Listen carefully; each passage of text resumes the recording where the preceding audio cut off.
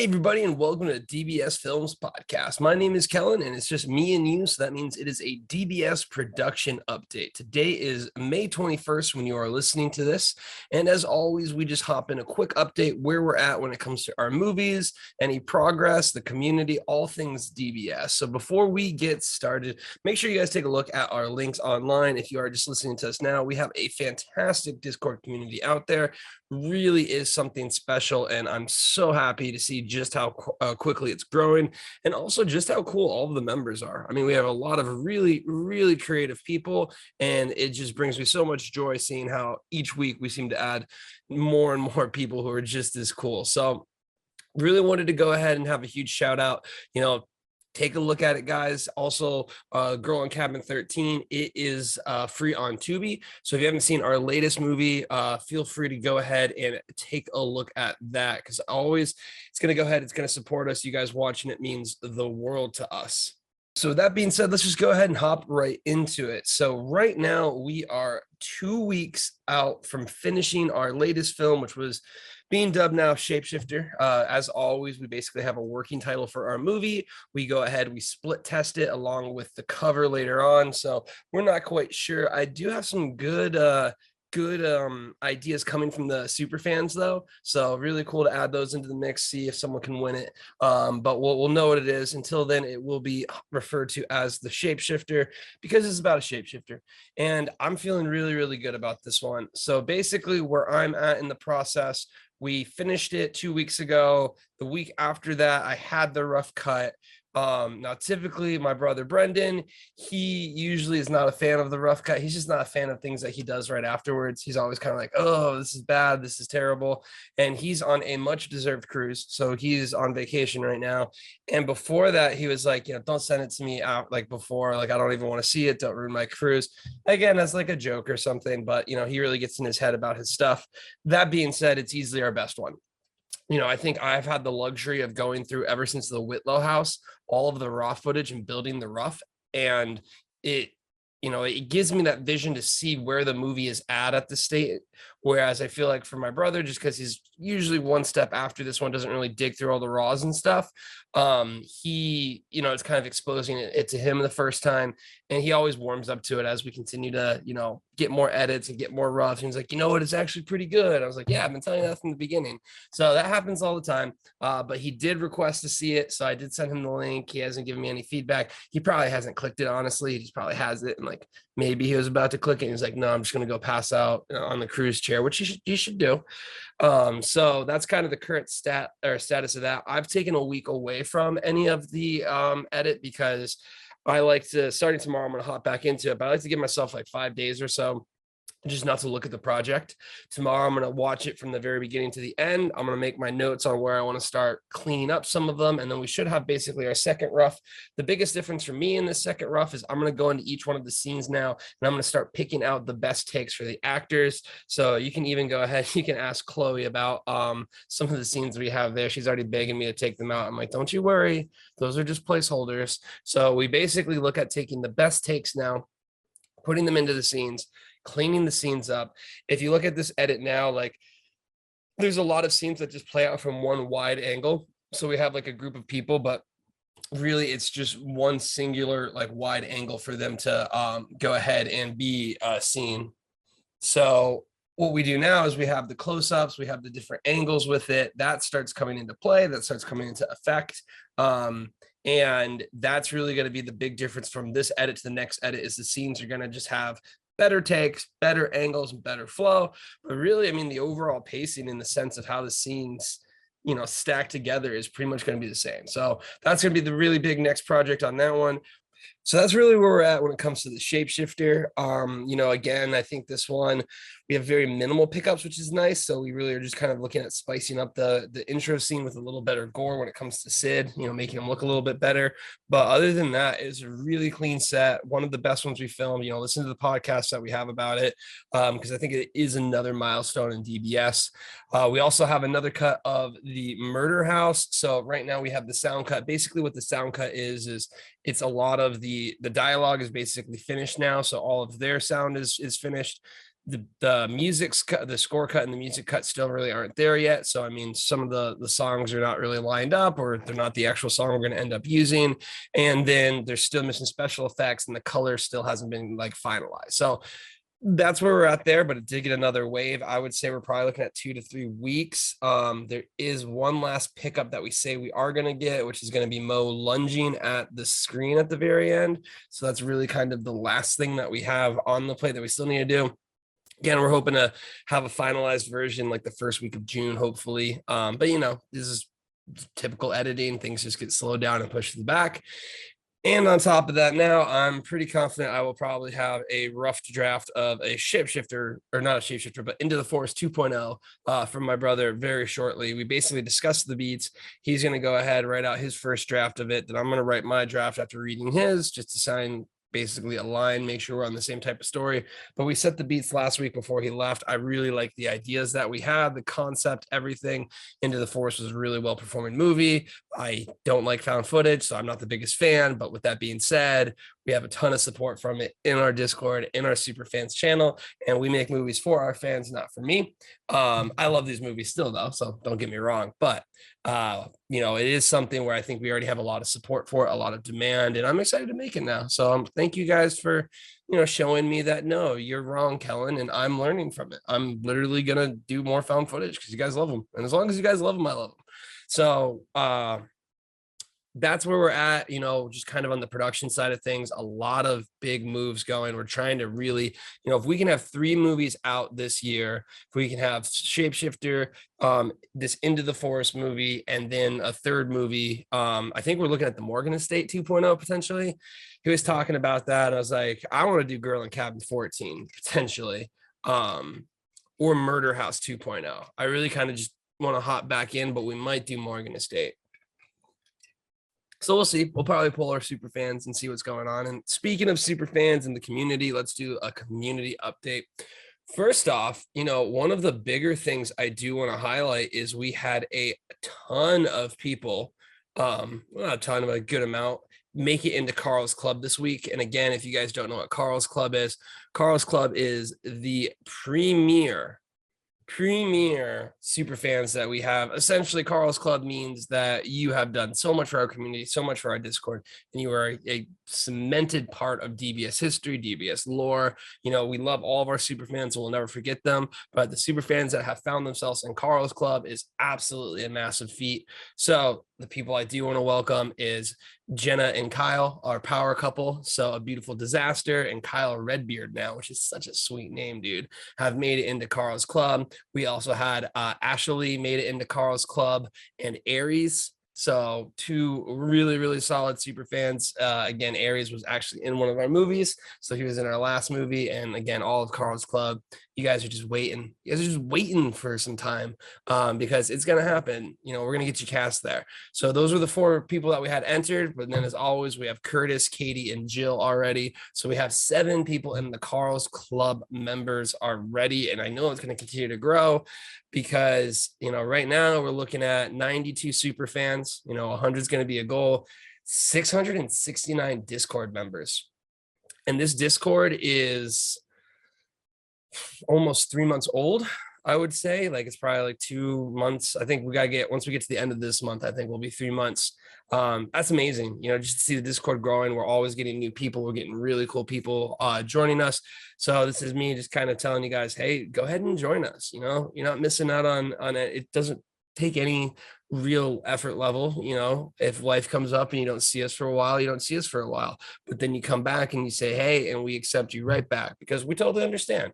But it's really fun. A lot of cool stuff going on in there. I mean, we did our Minecraft nights. We're supporting each other when it comes to their projects. Kevin finished the first DBS fan book, which is awesome. So there's a lot of really cool stuff going on there. I highly recommend it. And now we're going to go ahead. We're going to answer some of the questions that you guys send us. You know, really enjoy this. So always feel free to, in the podcast section of the Discord, just ask questions, or even on the YouTube channel. So the first questions are from Jill. She is just such an amazing fan. Again, she's part of Carl's club. She's one of Carl's favorites, but don't tell anyone that. But realistically, Jill does an amazing job of just consistently supporting us when it comes to watching our movies, tweeting, commenting. We absolutely love all of the support we get from Jill. Me and my brother have both said, one thing we really love about Jill is she's very positive. So we'll be like in the podcast, I didn't really like this. And Jill will be like, no, that was good. And the thing is Jill's completely right because it's Jill's taste. And we literally have people with different tastes. And it's great knowing that, because if Jill ever says she doesn't like something, I'm going to be like, wait, what don't you like? Like she has a good baseline in that sense. So I think she gives really, really high quality reviews. And thank you so much, Jill. But she asked a few questions I want to go through. So how do you come up with the questions to ask Brendan on the podcast? And those just come right to me. As he's talking, I usually have an idea of where I'm going to take it one way or the other. Every once in a while, though, I zone out and I'm like, oh, shoot, I need to take this in a different direction. So that happens every once in a while. But for the most part, as he's talking, I know what I want to ask him about next. I will say, I think this is really a natural skill and talent for me. And it comes from working with a lot of our clients when it comes to the side marketing businesses that we have. Because when I'm working with the side marketing businesses, a lot of times if I tell someone to prepare something, they're just not going to prepare it good or not have a good model to speak off of. And what I'll do is I'll basically ask them questions and almost pry it out of them and then work with them. So really when I'm asking Brendan these questions, I know exactly where I want to take the episode, timing wise, and it's just kind of phrasing it, after I get my little bit into. But I would say that I do feel like I have a pretty good talent with just kind of coming up with those questions to lead the interviews. Next question you have is, could you coach an old lady that has never acted in a role? Now, Jill, age is just a number. And the biggest thing is, I know you would do fantastic in our movies. I really think I can teach anyone to be comfortable and to act on camera, because it is simply multiple takes. It might take 1, 2, 10, 100,000 even. I can make anyone be comfortable. Anyone can give a good performance on camera. The downside is I don't have unlimited time. So, when we do the filming, it's basically, we were shooting for like 10, 15 takes tops and get to the next scene, keep going. So we don't necessarily have the time to work with everyone. With that being said, we always have the time to work with super fans. So when we bring any super fan on set, that is going to be something where, we understand you're not 100%, like you're not an actor in the sense that you don't do all of these reps or these things. And we're going to give you way more time and work with you way more. With that being said, I feel like people really do discount what the process is like. And they kind of get nervous that, I need to get it right now. I need to make sure I don't screw this up. I need to do this. I mean, you can really even ask Aries about it. But it's kind of nerve wracking, especially the first few takes. And I think once you realize, okay, like I can screw up, we just do a retake, we just keep going, then it becomes really, really easy. So I would say, give me 5, 6, 7, 8, even 10 takes. It just really depends, and you'll be feeling comfortable with it. So I would say that, that's something where I'm very confident. I think you'd be great. I know you've already said, hey, I don't need to be on set. I can do an admin role, but hey, we always got a spot for you, Jill. So I think anyone can be an actor. I just think the biggest thing is it takes time to get used to it, and it's still a hard skill. And really the only determining factor is the time that we have. If we have a time limit, then we need people who can quickly get through the scenes. And that's really the only issue. It's just your time. I think anyone can become an actor and be an actor. They just need to, again, like anything, you just need to do as much reps as you can of it. So I like The Girl with Cabin 13, but I'm looking forward to a new movie I can watch over and over again. And thank you, Jill, for watching it. The downbeats are really important because that's how you set up the jumps. And the thing The Girl in Cabin 13 is missing is a backstory on why Carl is so upset with him to set the boys off. Maybe the next evolution. I do like that concept. And I do like the idea of Carl just being a really sweet, nice guy in our Discord community. So right now, Team Carl is in the lead. If you want to support Team Carl, you can go ahead and hop into our Discord channel as well. Jill is a general in Team Carl. So thank you so much, Jill. Again, you do such a wonderful job being part of this community, and we're thrilled to have you. So the next questions are getting a little spicy, and you'll see what I mean. So, do you or Brendan ever have arguments and disagreements about the movies, casting, films, and locations? And that's from Ashley. And Ashley is one of our Carl's Club members, and she is a fantastic fan as well. Huge supporter. Absolutely love her. She single-handedly pushed us to Into the Forest 2.0, which we're now pursuing, thanks to how passionate she was about all of those things, and showing me the correct way to look at these movies. But yeah, I would say we do have our disagreements, and we don't really have arguments for the most part. Like, we're very similar in a lot of ways, and I think one of the big ways is we're very compromising in the sense of like, neither of us have an ego. Neither of us really are like, but I need this to happen, but I want this to happen. Like, no, this is my vision. Like, you're not going to find that from either of us. We're both pretty selfless when it comes to just putting the entire production, putting the cast, putting the team, putting all those things first, and like understanding that it's a compromise. With that being said, we do have our disagreements where like it'll kind of like openly in the script writing thing, I'll be like, I think this is stupid. Like, I think you're writing this bad. I don't like this. And he'll be like, we're not doing that. No. And I'll be like, no, we're not going to do that. Like, we'll basically go back and forth. And like, I kind of like to give like some maybe examples of it. Like in The Girl in Cabin 13, he was opposed to like things like the torch. And now I'm kind of cherry picking because the torch is like the best thing that we did. So that's the one that really, showed up good for me. But the whole time, we're kind of like, don't do a torch. I don't want a torch. Don't want a torch. And I simply was just like, bro, I want to do a torch. And then the next draft, I want to do a torch. And the next draft, I want to do a torch. And I've talked about it in past podcasts. I can't remember where, but it's probably a DBS production update. But usually what it is we'll stick to what we want. So if we go and like, we have one draft where it's going this way and he has a draft where it's going the other way, we're basically going to both compromise on a lot of things. Like, we're both going to be like, okay, that's fine. And like, there's been a ton of times where I've said like, no, we're not going to do that. And we end up doing that. There's been a ton of times where he says, no, we're not going to end up doing that. And we end up doing that. So it works both ways. But basically I would say there's probably like 2, 3, maybe even 4 things each script that we kind of go back and forth on. And it's just, again, I don't think these would be arguments because it's not like, and even the way we phrase it is like, I'll get to a point where I'm like, listen, I know you're not going to do this because you're terrible, but this is what we need to do. And basically like nodding way, but not in a, no, we have to do this. No, confrontation wise, more so just like, hey, you want my feedback? My feedback is this part still needs to be in there is more so a way to look at it. The other example though is like there will be some times on set where the closest thing to an argument we'll have is like we just talk like fast to each other. It's like, like, come on, do it. Like, no, just you gotta do it this way. Like just a fast confrontational like talk in that sense. I'm trying to like say it better, but like that's just because we're running against time. So like one of those examples was like, I wish you guys could see me and him trying to work out angles for the double Tom, where you see one angle of Tom, and you see another angle of Tom. So basically 2 Tylers and Tom characters on the screen at once. And we did it once and he showed me the footage and he was just in the middle of it because you couldn't see his reflection in the window. So I was like, well, this doesn't work. So then me and him were like moving stuff back and forth. And he's like, we need to do it this way. I was like, no, don't do it this way. We can do it this way. And he's like, we need to just scrap the idea. I was like, no, let's do it this way.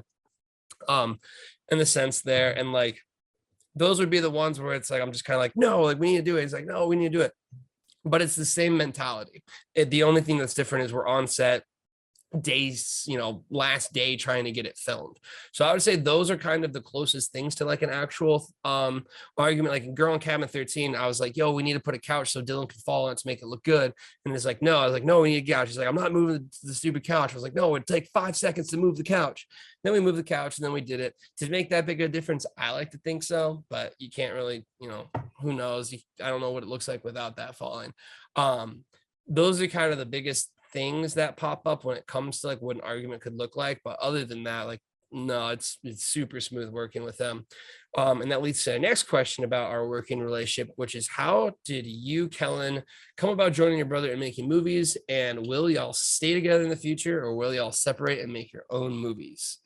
Oh man, that's a big one. So basically, I always loved making movies. I made 2 short films in high school that won the high school film fest, so I'm a pretty big deal in that sense. But then I went to UCF and I almost took film. I actually have a minor in film, so I know my stuff, guys.